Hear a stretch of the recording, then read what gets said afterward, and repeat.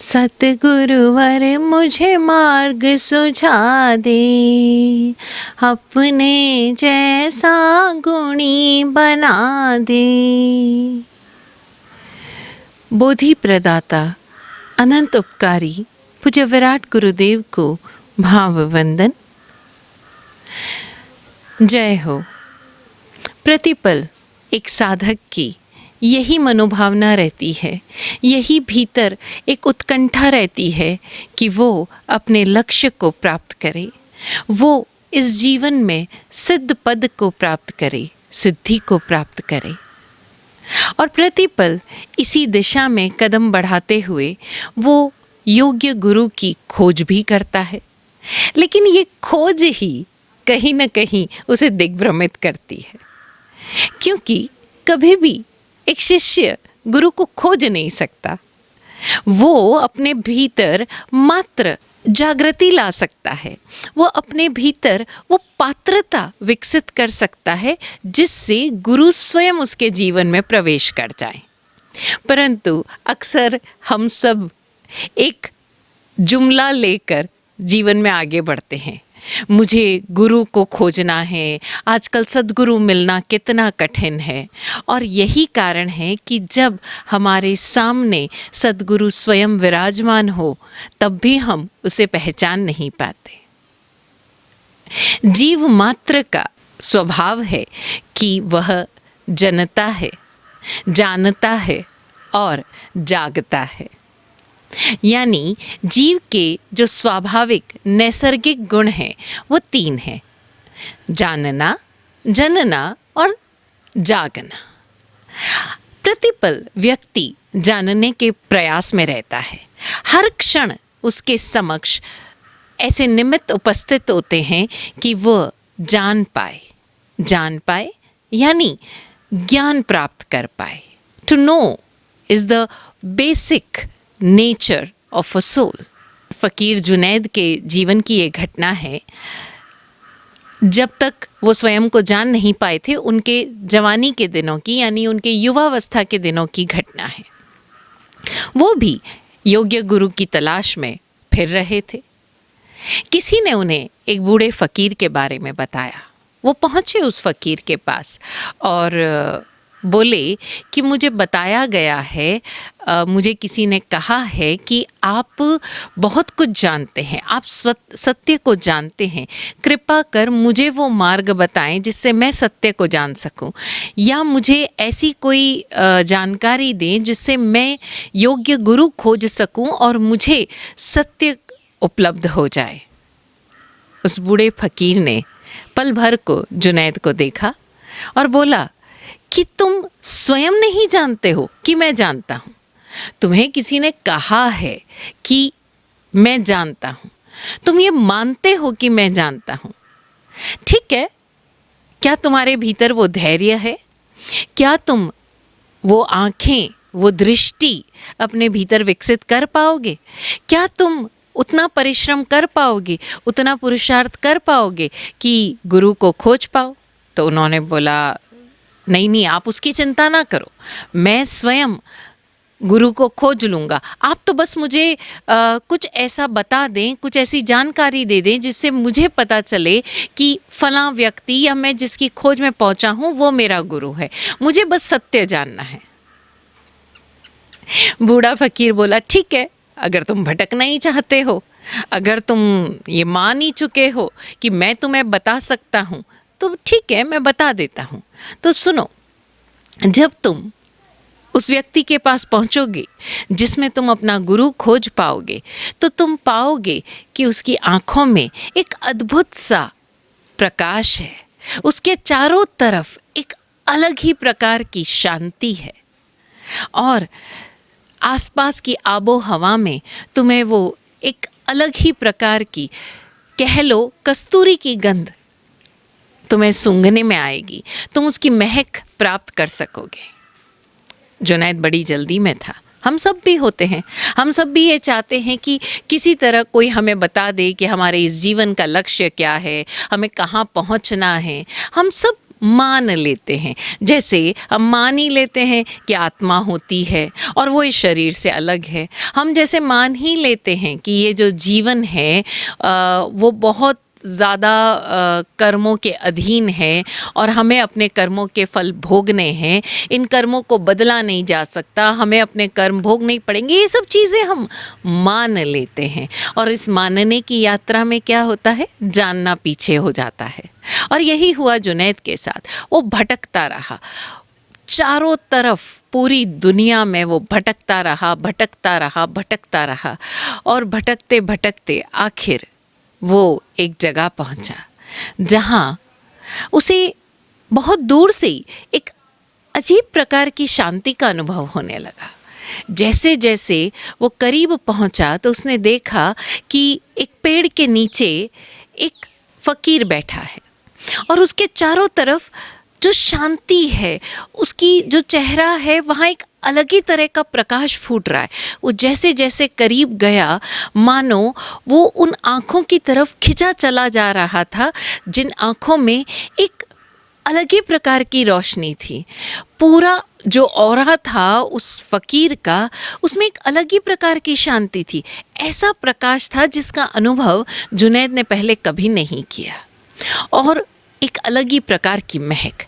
जैसे जैसे वो उस फकीर के पास गया, मानो उस गंध में, उस कस्तूरी की गंध में, उस प्रकाश में और उस शांति में वो कुछ अलग ही पा रहा था।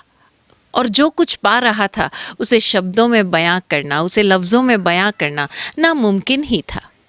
और जब वो फ़कीर के पास पहुंचा तो फ़कीर मुस्कुराया, बोले, आ गया तू, इतना भटक कर आखिर पहुंच ही गया तू। और उस भटकने पर उसने पाया कि ये जो चीज़ है ये तो वही फ़कीर है और ये वही जगह है, ये वही एरिया है जहाँ उसने पता पूछा था।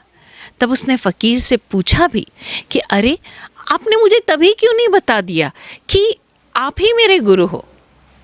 फ़कीर मुस्कुराया और उसके मुस्कुराने में ही वो जवाब छुपा था। जुनैद समझ पाया कि आज जो मैं जान रहा हूँ उस दिन मैं जान नहीं पा रहा था, मैं मान रहा था। और इस जानने की यात्रा में हमारे आड़े आती है हमारा पूर्व जानकारी लिया हुआ, यानी pre informed so called informations, so called knowledge, जिसे हम नॉलेज कहते हैं, लेकिन वो नॉलेज होता नहीं, वो सिर्फ जानकारियों का भंडार है। हमें कोई बता देता है कि हमारे इस जीवन का लक्ष्य है कि इस जन्म मरण के चक्कर से मुक्त होना। हमें कोई बता देता है कि हमारे इस जीवन का लक्ष्य है कि हम स्वयं को जागृत करें और जागृत करने का फला तरीका है। यानी अगर हम ये क्रियाएं करते हैं तो इससे हमारे कर्म कटते हैं। अगर हम फला क्रिया करते हैं तो हमें मोक्ष प्राप्त होगा।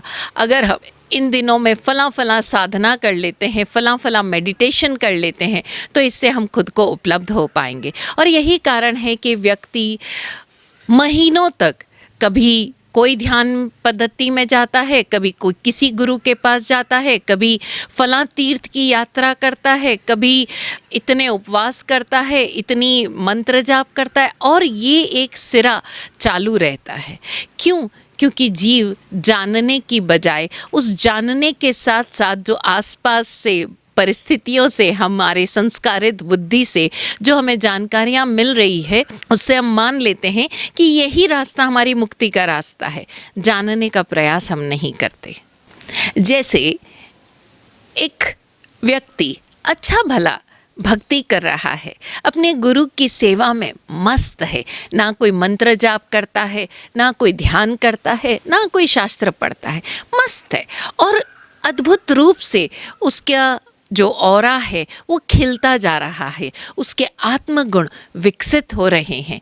लेकिन किसी ने आकर कह दिया कि बाबा तू ध्यान नहीं करता, तेरे ये गुरुजी ने देख फला साधक को जो ध्यान करवाया, कितने दिनों से वो ध्यान में बैठा है और उसने ध्यान में न जाने क्या क्या सिद्धियां पाली।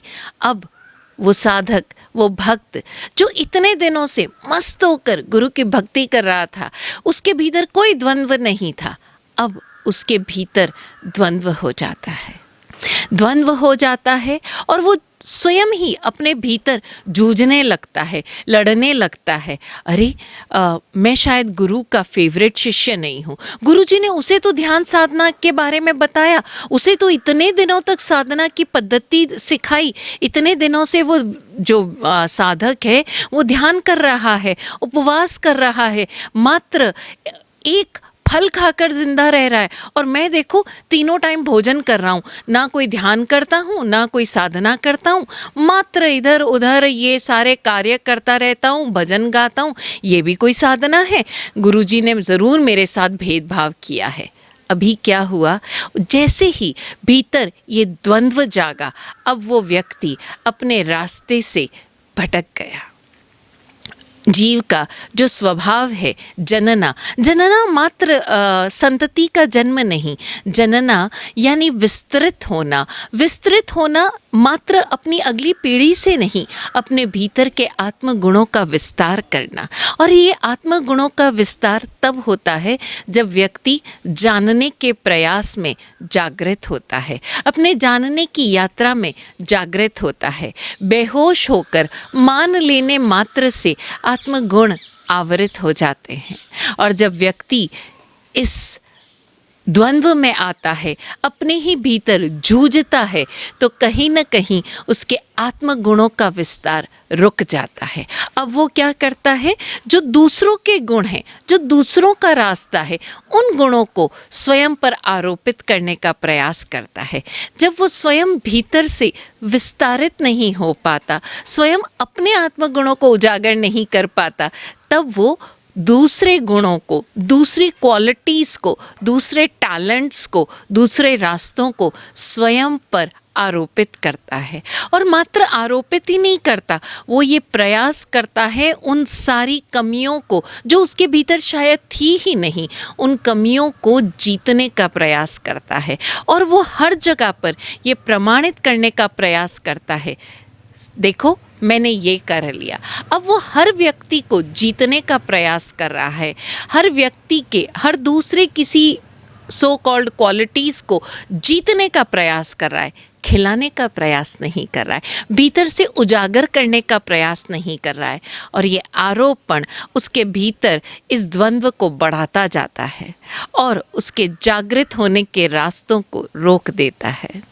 और जैसे जैसे हम अजागृत होकर आरोपित जीवन जीने लगते हैं, तब हम अपने चारों तरफ के इस सो कॉल्ड बनाई हुई बाह्य परिस्थितियों में स्वयं ही झूमते रहते हैं। और जो जागृत नहीं है, जो होश में नहीं है, वो बेहोशी में जीवन जी रहा है, आरोपित जीवन जी रहा है।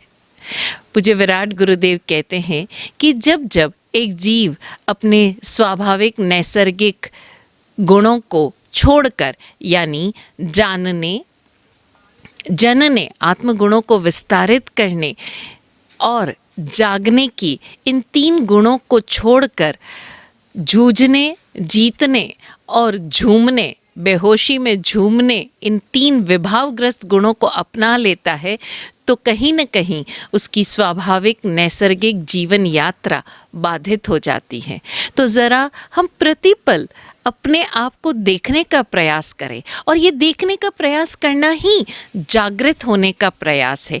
ये देखने का प्रयास ही जागृत होना है कि हम कहीं आरोपित जीवन तो नहीं जी रहे, हम कहीं आरोपित धर्म में तो नहीं जी रहे, हम अपने ही बनाए हुए माया जाल में कहीं जकड़ तो नहीं रहे, और इस जानने की यात्रा में हम कहीं पीछे भटक तो नहीं रहे।